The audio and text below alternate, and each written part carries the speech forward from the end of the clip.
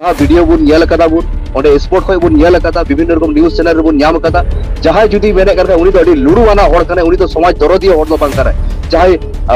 उन जोड़ गई कथा जुदी मेन खाय जे नोवा दो कटिक घटना काना तो उनकान होड़ दो ताले चे लकान होड़ कना को अकुआ कथा तेगे ओंडे तो प्रमाणोगा ना दिसम होड़ बांचा अबु समाज बांचाव लगी जुदी संगठन कथा जुदी जहाँ ये बड़िए कान खाय उनी तो आतोर हबुन बोलो अचुया और उनकान संगठन तो अबु हबुन बाधा को जतोते ओना तो जहाँ संगठन ओना तो मेना इन हो इन बपी सोरेन इन मेंदा इन जुदी बड़ी लेखा उनी तानम रे उनी दार बुन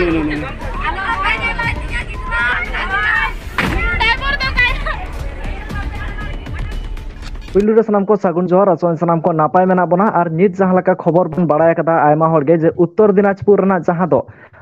आमबाड़ी लोधाबाड़ी मिट आतु मेना ओड़े मिटन घटना घटाव खना जहाँ दो दमे दुखद घटना जहाँ दो सांतार को ओड़े खना को लगायत को मेखा ओना को इदी कते गे तेहन बन गालमारावा और तेहन अब सावते पारगना बाबा तकिन मेना किना जहाँ दो ओड़े किन सेनोक कना किन ओना सावते भारत जगत माछी पारगना महल जहाँ दो वेस्ट बेंगल रे मिटा मारांग नोगा संगठन कना नुकु को स्टेप चेत हुई दाड़े अनवा को इदी कते चेत गड़ो को एमा को नवा को बन गालमारावा पारगना बाबा जोहार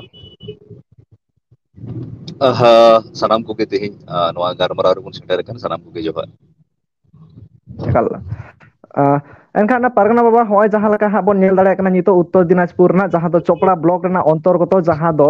आमबाड़ी लोधाबाड़ी आतु रे जहाँ लका आदिवासी चेतान रे नाहाचार नेलो कना जहाँ लका दो दोमेतेर को दाल तोरे को रेखना को लगायत को एनखान नवा को इदी कते भारत जगत माझी पारगना महला स्टेप चेत कना और नवा को इदी कते चेत दिन मेना तो सनाम को प्रथम रमा जोहार चाल कथा के मिटे कथा लया जे जहाँ घटना बुन नेल कदा नवा दो चेल लकाते नवा रे बुन प्रतिबादा से चेल का बुन नेला जहाँ तो बांग्लादेश रे बुन आयम का नवा जे नोंका जे अबु होड़ आतोरे बोलो कते जहाँ एटा जाति से एटा माफिया से गुंडा को बोलो कना अबु सामांग को अबुरन ओड़ारन कुड़ी गिद्रा मई गिद्रा तको और तुट इदिए को बाधा लेखा आमे तोल काम कना दालाम कना जे हो नोंका जहाँ घटना घटाव का नवा दो शुधु भारत जगत दो बांग नवा दो जिताज मेना अबु धरती जगत रन सानाम सांतार को लगी ये अडी बड़ी आना घटना कना तो ओना खातिर होला जहाँ घटना सेता 9 बजे गार हो नेहर दो बड़ाई हुई कना हंते एकटा दूटा से तो ओना खुनिक मुहूर्त रेगी अबु होला डीएम ऑफिस चला हुआ डीएम ठेन मेमोरेंडम सबमिट हुई कना एसपी ठे तो उनको ओना पर के किछु किछु 6 जन को अरेस्ट का हुआ तो आदो होला दो जेतो निंदो कना ओना परिस्थिति रे चला संभव बांग थाहे कना तिहिन आरो होय ओना स्पोर्ट तेले मुढ़ाव कना डहार रेगी मेना दिया एकल गंके एनखान दो जहाँ लका तेहन भारत जगत माझी पारगना महल ओड़े वेस्ट बेंगल रे मेना कोआ एनखान संगठन को दूध लाहा को कना एनखान पारगना महला नित धाबी स्टेप चेत हुयुक करा नवा को इदी कते प्रथम मा जेहेतु जेटा आयम कना आयमा होड़ जहाँ ओंडे को गुली जोस कना किछु तो स्थानीय हॉस्पिटल को दोहो का कुआ किछु तो आरो चेतान को रेफर का कुआ हंते नॉर्थ बेंगल मेडिकल कॉलेज से प्रथम बेसिक दो हुयुक कना जे ओकोय को जोस कान उनको जाते नी तो सठिक ट्रीटमेंट हुयुक ट्रीटमेंट रे जाते कोनो प्रॉब्लम बांग हुयुक मा जेहेतु गुली जोस लेन खाय तो नवारे अडी किछ समस्या मेना और दोसार कथा जहाँ को स्पोर्ट आमबाड़ी रे मेना तबुन ओंडे जाते तिने गान घटना घटाव कान ओना को जाते आलो जस्ती मा जा मायाम जराव कान होला रेगी चेदा ओका जगह रे नुका मायाम जरा ओंडेन को होड़ तो ठीक ते ताहेन हो मुश्किल गिया से दाका उतु हो बको जम दाड़े जम न्यू बाजार एमान तिया होड़ा एमा होड़ भाग कते ले चला कना किछु दो ओंडे स्पोर्ट को चला तबुना और किछु दो हंको कोई को मेडिकल रे ट्रीटमेंट चला कान उनको जाते ट्रीटमेंट रे कोनो बाधा विपत्ति बांग हुयो नवा जिनिस की लहा इदीदा और ओना लहा लहाते अबु साथे उनको डॉक्टर आले जोहन ओंडे मेना लिया आले साथे रे होय डॉक्टर रमेश किस्कू गोंके हो मेनाया ओंडे मेडिकल रे ले चला काना कोई पेशेंट भर्ती मेना तो ओंडे स्पोर्ट रे चलाव कथा दिसम ओले बडाय छु दाड़े पिया जे परवर्ती पदक्षेप जमेला से आंदोलन चे को बुन सपड़ावा परिस्थिति अनुଯାयी को लहाया ओना साथे गंके जहाँ लका दो पुलिस प्रशासन ताहेन तुलुज ओड़े आदिवासी को मुसले बोलो काते माने जहाँ दो बंदूक को इदी काते को टुटी को नोंकाना साहस ओका खना को ᱧᱟᱢᱮᱫᱟ नोआ घटना ओका लका भाबते बिन नेलेदा तो काल जेटा पे नेला अबु पश्चिम बंगो रे प्राय तिना को लयदा 35,000 जमीन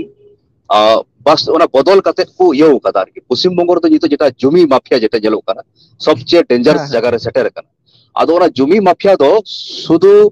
प्रशासनिक कर्मकर्ता तो ओंडे तो राजनीति रेन विभिन्न रकम होड़ के जपड़ाव मेना कुआ तो नोंडे हो जेटा अबु केस बुन नेले का नोहा जमी रे लड़ाई कान गिया तो जहां ओंडेना 140 एकड़ काना ओंतेना बिहार रिया हिसाब बा ओंतेना तो थोड़ा नसे जुदा जो गया तो ओना रिया वैल्यूएशन दिए 300 कोटी टाका हुआ ओना हो अबो बुन धारणा दाड़ी कना नोडे तो जहां अनुमानों कना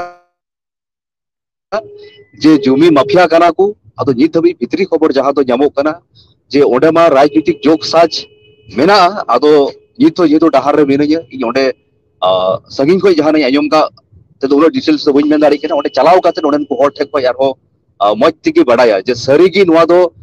जमी माफिया तो अकोय कना को हा ओनली माफिया कना को से माफिया पिछन रे नुकु अकोय को शासक दल बुन मेन से ओंडेन को अकोय एमएलए मेनाय उनी तो कथा डॉन टाइप कना से उनी मेनाया अदो ओना चलाव काते हर मज तिबुन बड़ाय जाम दाड़िया गोंके नित धाबी आबिन ठेन जहां से आना को मेना ओना चेलका घटना को मेना जे चेलका खबर को मेना ओकालकान खातिर से चेद घटना खातिर नवा समस्या नितो नेलोक कना खातिर डिटेल्स ते मेन लखा नापायवा प्रथमतः मेना नवा जहां समस्या कना किछु तो अबु सांताड़ बया हो अबुआ हो दोष मेना लका जेटा येलो कना जे अबु संगठन तो चेलगी बुन करावा जे संगठन तो नवा लगी कि जे अबु हर जुदी जहां दुख रे समस्या को लड़ाई लेन का युरह लेन का उनको जाते बुन वार रकाब तहा किछु येलो कना जहां अबु संगठन रेन गी किछु किछु तो चेक को चिकादा डबल को ट्राम दा अबु हर ठे हर को अयुरे को उनको ठे को चला कना बांचाव लगी जखन एटा से खय आरो मारांग ऑफर को नाम दा तखन तो अबु हर गी को लेवल लिसरे को तो नोडे जहां नोका हो मिटे घटना आजम कना तो होय जेटा घटना घटाप कान इन तो मिटे कथा मेना अबु हर संगठन जहां मेना बु जे हड़ा मज बबुन कमी दाड़िया हड़ा बड़ी जाते बबुन कमी तो लहारे ओंडे बुन चला कना हापेन दिन रे इन आशा कने गपा मियांग से नोवा विषय ते हो गोटा अबु पश्चिम बंग बुन मेन से धरती जगत रे बुन मेन आलोचना एकांतो लगती कना एनखान गोंके जहां लका जायगा रना कथा हिजुक कना ओना जायगा रना कागज पत्र ओकोय ठन से ओकोया कना ओना लकना जहां लकना इनफॉरमेशन नित धाबी ओना जगह तो जहां ओकोया हो बांगरा ओना तो भेसलैंड की ताहे कना दीर्घ अबु हर दो आमा कयेक दशक खय ओंडे को ताहे कना ओंडे की कयेक बिदल पारोम कान तकुआ आदो ओंडे जहां पियारी लाल जहां टी स्टेट नितुम ते मिटे ताहे कना उनी गी ओंडे सरकार टे कोई परमिशन काते से स्थानीय अमय को मानुष को ताहे कान जेहेतु ओंडे चास बास मजते बांग होइबा जे उनको तो को मेलदा ठीक गया नोडे जदी चा बागान हुई लेन खाय अंत तो दार्जिलिंग सुर कना ताहले तो चे चिका कना जे उनको मिटे कर्म संस्थान लका हुयु कान तकुआ दीर्घ 25-30-40 बछर नोका चा बागान ताहे कना आदो उनी चा बागान ओंडेन को जमी माफिया तो विभिन्न रकम छल छातुरी काते ओंडेना समस्या क्रिएट काते जाते उनी लोकसान रे चला दीर्घ 5-10 बछर उनी लोकसान रे जखन को चलाव चुकी दिया उनी तो बाध्यतामूलक चा बागान तो बगी उटू उदा किंतु जहां सरकारी जमी ताहे कना उनी तो किंतु बेनामे अखरिन केदा किरिन को बेनामी कना अखरिन होय बेनामे कना जेहेतु ओना तो सरकारी लैंड कना ओना तो बको अखरिन दाड़िया तो ओना नियति की ओंडे मिटे जहां अबु संगठन लड़ाई को एहब लेदा से ओंडेन को स्थानीय मानुष किछु लड़ाई बड़ा काते ओना जमी तो लहाते जहां एक नंबर खुतियार रो को अगु लेदा ओना तो सरकारा जमी की अबु तो जहां भेसलैंड के बुन बेतार एनखान तेहन जहां लका कथा से कुकली को हिजुक कना जहां लका दो हां सेंगेल अभियान नुमा हासा भाषा जाति धर्म लागि कामी कनाय एनखान तेन सेंगेल अभियान गोड़ा को कान थाने मेनखान नितो ताला होर सेंगेल अभियान चेदा बागिया को आडी मारंग कुकली ते हिजुक कना ओना हो अडी मारंग प्रश्न कना जे आम जहां जगह रे मी होड़ एम गोड़ो वाई खाय तिने गरम दाड़े गोड़ो वाई हुयु तमा आम जुदी एहोप लेखाय ओंडे तो आम दो ताला माला रे जहां होड़ अचो रे आमा दो उचित तो बांग कना तो नोडे गे बुझाव बो नामेदा जे मूवमेंट को एहब केदा ताला माला रे चिदार को स्टॉप केदा और नोंका हो आजम कना जे जहां जगह रे जहां संगठन के मूवमेंट एहब लेखाय दिकु हो थोड़ा गने चिंता जे नुकु संगठन को लहाव कना आले रे थोड़ा गन तायरम होयु ताले तो नुकु संगठन कमी कमी ते नोडे होय को अचो एना ओना मिटे अडी मारंग प्रश्न कना चिदा ए अचो एना जुदी बाम दाड़े खा चिदा फेड लेना माने आम बड़ाया धरती रे जतो खय मारंग लड़ाई दो हुयु कना जमी रे लड़ाई ताले आम मोडे चिदा सेंगेल दम जुल उटू कदा तो नोआ हो मिटे अडी मारंग प्रश्न रेगे ताड़ाब कना और जहां लका कथा हिजुकना सेंगेल अभियान 70 लाख टाका हताव कातेन जहां दो लई दाय ओनेन को आदिवासी को दाल को गज केट कोपे इन नेनेल बुन चला नोंकाना कथा कोई मेने दाय एनखान नोंकाना कथा को सामांग रे हिजुकना एनखान नोआ इदी करे चेम मेना तो ओनागी मा किछु कोन लहारे लई के तला जे जहां संगठन मौज बाम कमी दाड़िया बड़ी आलम कमिया तो अकोय होड़ नुकाय रोड़ का अको मध्य रहो अबू ठे किछु होड़ इन ठे को हेज लेना जे नुका नुका घटना ताहे कना तो इन दिन मेताव दा को नो दा अपया व्यापार कना थोड़ा गन आपे तेपे नेल लेखा और द्वितीय नंबर होड़ा पे कमी कना जहाय संगठन गे इन दिन मेना मौजम कमी कना अडी सरहाव आम चिली संगठन कना बना तो बई मेना जुदी मौजम कमी कान खाय इन दिन सरहाव मे गया किंतु बड़ी एम कमी खाय आम दो किंतु आले हो बाले आड़ा मिया और नोआ जहां पैसा जम रे कथा नोआ दो अडी सरीना के हांते नाते कोई आंजमो कना जे ओका हिलो खोय नोआ जेटा को लयदा रयगंज रे मिद दिन जहां लैंड माफिया और नुकु मिद धाव को दुड़ुब लेना ओना पर खोय की जखन को लय केदा आले दो नोडे बनु लिया जेतु को फेड लेना मैदान रे ओना पर खोय के बोन नेल केदा ओंडे दो आयमा होड़ को दाल लगा कुआ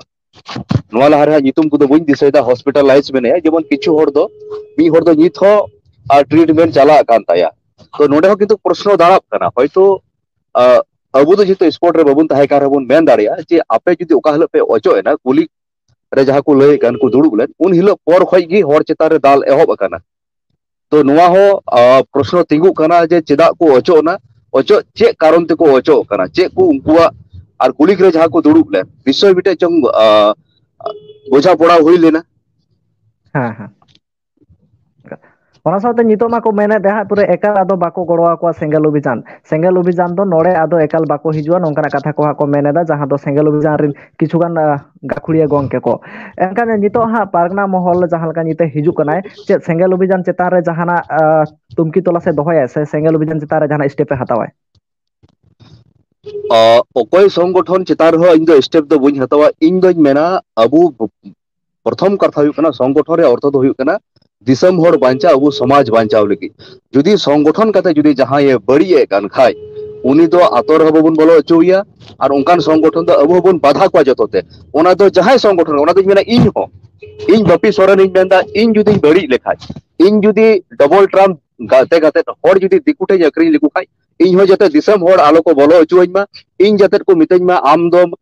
दलाल कनाम बदमाश कनाम आम संगठन रे कोनो अधिकार बनु तमा हक बनु तमा और प्रत्येकटी होड़ जाते इन मेना होड़ सठिक जे जानिस को बुझाउमा तारपर जहाय को अपनार कुमा तारको दाराम कुमा और नोंका बांग खलखाय अबुते अबु को दाल गोजो अबुन विभिन्न जगह रे नोंका जेलो कना इन बेस को एकटी नोंका उत्तर दिनाजपुर रे बेस को एकटी केसे नेल कदा को होड़ को लड़ाई चूरिया मिटे परिस्थिति बुन नेल कदा इटाहार रे हो नोंका मिटे घटना आंजम कदा जे मिटे हटिया ओंडे दो हां बंचाव लगी चलाव हुई लेना कथा को लय एदा को जे 10 कट्ठा रजिस्ट्री कते को मेन केदा जे आले दो मुसले कोले लगा रे पिया ओंडे हो सेम 10 कट्ठा रजिस्ट्री हुई कते अकु ओंडे तखन मुसले ठेगी ओना दको जिमाउ कदा हो उनका आयमो कना तो ओंडे किछु दिन खबर हेज कना तो ओंडे हो स्पोर्ट रे आशा करिन गपा मियांग ओंडेन को उत्तर दिनाजपुर रेन जहाय कमिया को मेना को ओंडे को चला किंतु पुरस्कार कथाñ मेना जहां जुदी संगठन कते मौज बाय कमी खाय और जुदी अखरिन को खाय इन कानिन उनी काने हनी काने जहाय कान गे उनी दोबन लागा दारामीमा संगठन दो चेदा उनी दो एमने हिसाब था अबु सेद बाबुन हे अचुआयमा एकाल गंके एनखान जहां लका नितो उत्तर दिनाजपुर ना घटना जहां लका सामांग रह जना जहां दो दोमे तेरगे सेंसिटिव मामला कना ओना साथे दोमे तेरगे नाहाचार मामला जहां रे दो 14 जन से 15 जन सिद्धाबी हास्पताल रे मेना कोआ एनखान ओना रे सेंगेल अभियान मेनदा नो दो हपन हपन घटना कना इन दो नोआ रे बुइन बोलोना तो नुआ मरग ओकोटा चिली करेटा ओकोटा बुड़बक बुन मेताव कुआ जे मी जगह रे जुदी जहाय होड़ चितार रे गुली चलाव कना मी होड़ चितार हो जुदी गुली चलाव कान खाय ओना दो अबु दिसम रे मिटे क्रिमिनल ऑफेंस कना अबु दिसम रे ताहले चे चिका जहाय के बा राइफल ले दोहो दाड़ी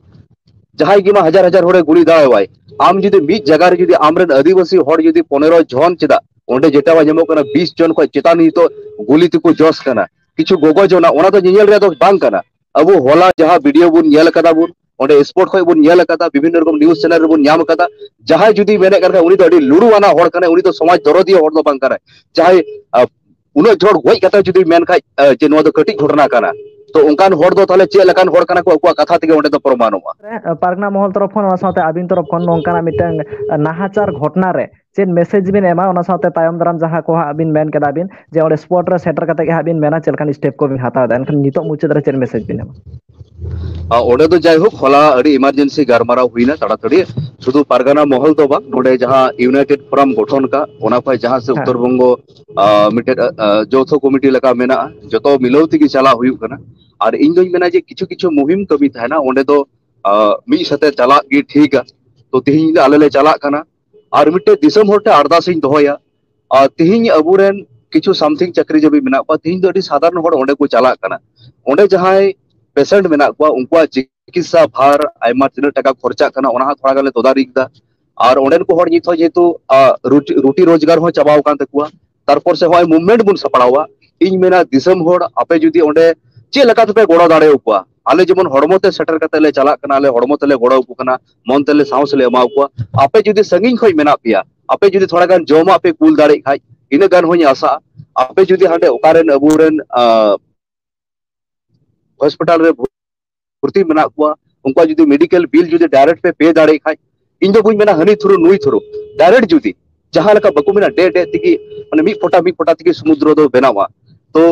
आले दो स्पोर्ट ले चला कना समय बनु रह उडुक काते और उपाय दिसम हर तो मेताव बुना आपे उका लका भाबे पे दाड़े तबुन उनका भाबे की गोड़ो तबुन पे आयमा सारा गंके अब साथे नित पनत जगो पारगना अब साथे जपड़ा ताहें कना आयमा सारा गंके तायम द्राम जहाना के अपडेट हिजो एनखान अवश्य आबिन तरफना खबर ले बाड़ाया मेनखान जोहार सनम को